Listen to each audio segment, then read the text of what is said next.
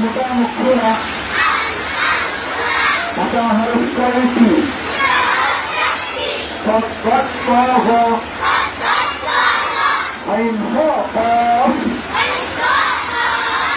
এই হরফগুলো যখন থেকে উচ্চারণ করবো তখন আওয়াজ কি হবে? মুক্তি থাকবে, মুখ একেবারে খোলা থাকবে। আর আওয়াজটা কি কেমন হবে? মোটা হবে। যখন তুমি মুখ খোলা রেখে উচ্চারণ করবা তখন তোমার আওয়াজটা অটোমেটিক মোটা হয়ে যাবে। ঠিক আছে? দেখো বিশ্বের আওয়াজটি যখন পাশে আগে ঠিক আছে, মুখ খুলে বলো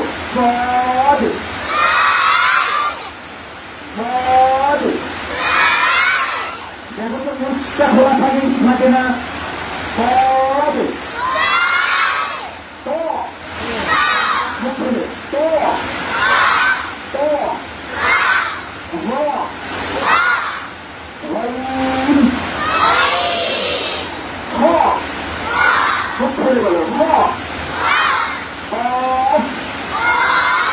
তার স্বপ্ন গবেষণা মুখ ফাঁকা থাকে কি থাকে না?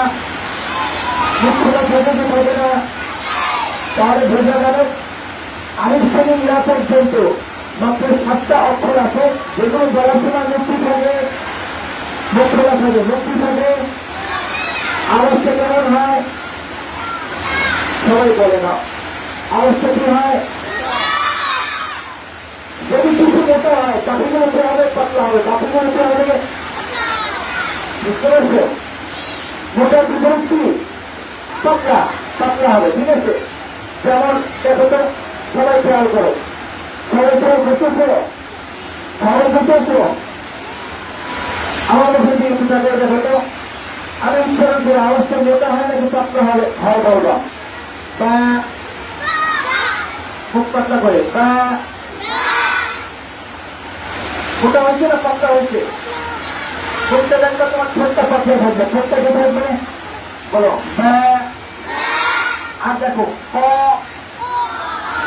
বরসের মুখটা একেবারে খোলা হয়ে যায় আর বাবার সামনে একটু পাতলা হয়ে যায়। দেখো কারণ এটা মোটা মারো, এটা কি হলো? পাতলা।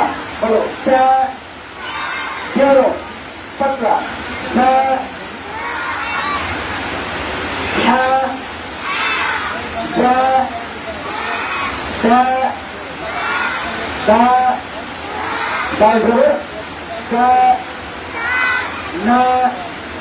অর্থাৎ ওই 7টা অক্ষর ছাড়া বাকি যত হরফ ছাত্র কি হবে?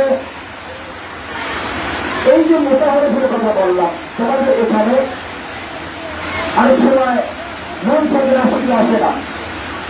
নুন সাকিনের পরে যখন মোটা অক্ষর আসে, মোটা হরফ আসে, তখন ওই নুন সাকিনের জন্য পাত্তা থাকে না।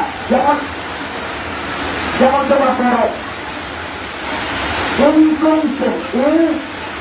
সবাই বলো এই